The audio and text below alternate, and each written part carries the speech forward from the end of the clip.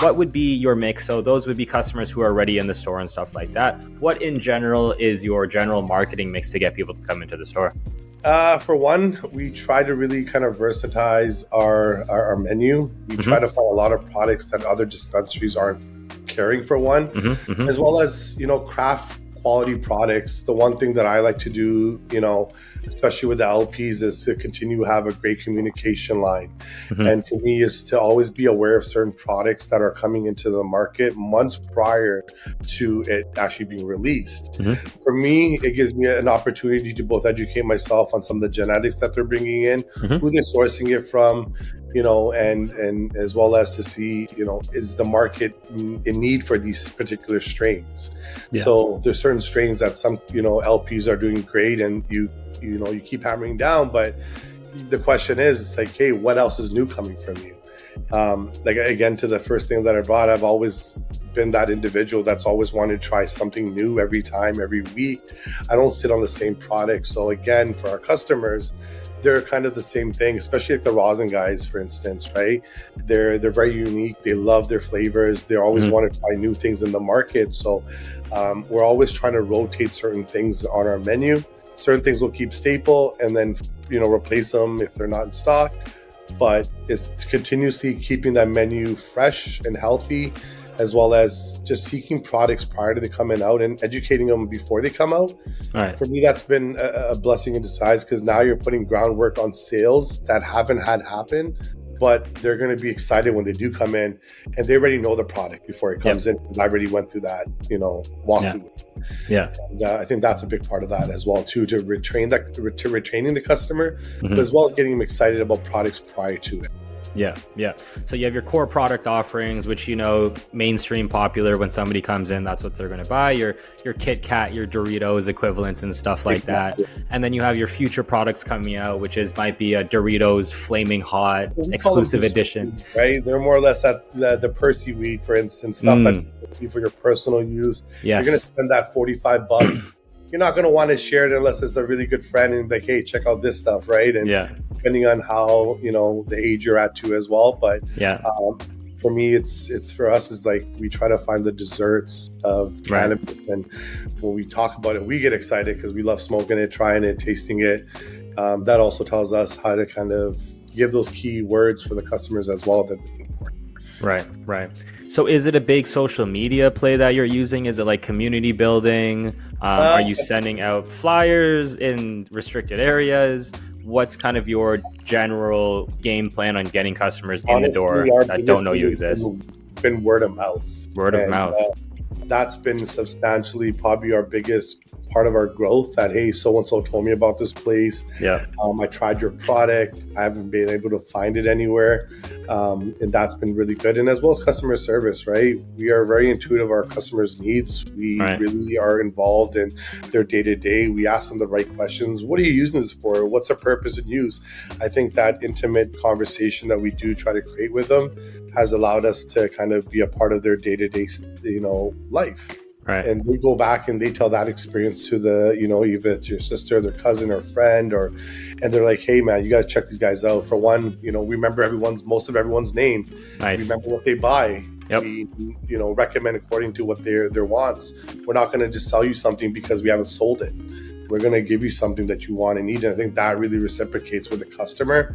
And they've been our biggest advocates for us, as well as social media stuff as well, too. We do a lot of vinyl giveaways every month. All 3 stores. I find classic vinyl LPs that I like to give away. I'm a big music head myself. And if you visit any of our stores, you'll see some of that energy as well within the displays and the deep board, stuff like that. The fun thing is that when someone comes new into one of our stores, you can kind of tell just based on the way they're looking. They'll be looking at the different Funkos or the vinyls or the different, decorations that we put out. And we can just say first time and they'll be, yeah, we could tell, just because they're not looking at products so much at the start, they are the store and the things that we put in there. Just so it's a little bit of like, kind of like a time capsule. I was an 85 born baby. For me, there's a lot of firsts in the industry from CDs to Discmans and all that fun stuff, and just different technologies, the internet. So when they see that themselves, it's like, it's a period of time that was like very warm or, you know, very memorable for them. Yeah. And that's where we get to start the conversation, not just off cannabis, but just things within the store. Right. And then to the fun stuff after.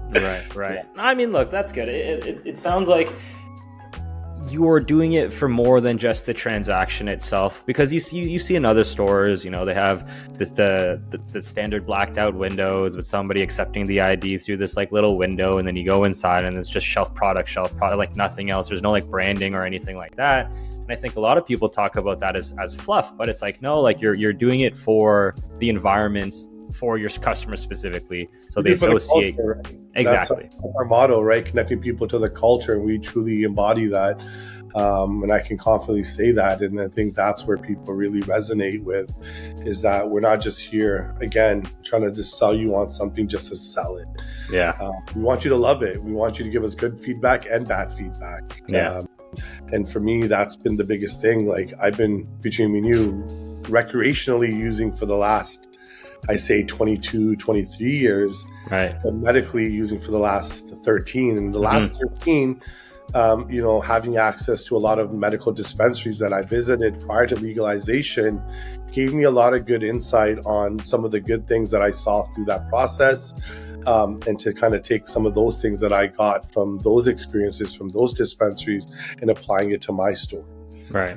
You know, one of the ones that really stuck to me for a very long time was CALM, cannabis as living cannabis as living medicine. And those guys, again, were meant, you know, for those individuals for medical purposes. Right.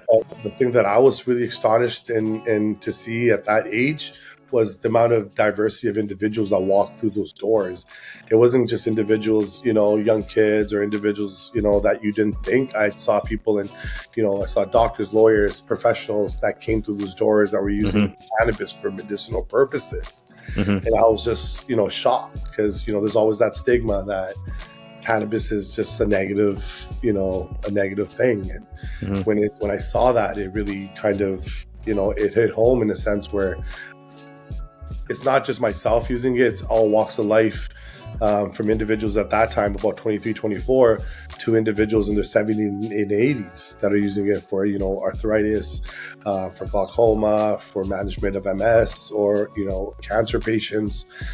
It just allowed me to understand that much more about the product and be more curious, just not on the THC aspect of it, but all the other supporting cannabinoids in the flower and how it could be utilized in such a better use. Yeah.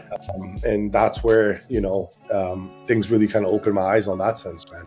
I've realized that after all of these interviews, dispensary owners need a safe space where they can ask the questions that Google doesn't have the answers for. So what I've done is I've created the world's first dispensary owners mastermind group, where it's an environment of like-minded individuals who can help make each other's lives easier and also make more money in the process. So if that's something that you're interested in, please check out the links in the description below.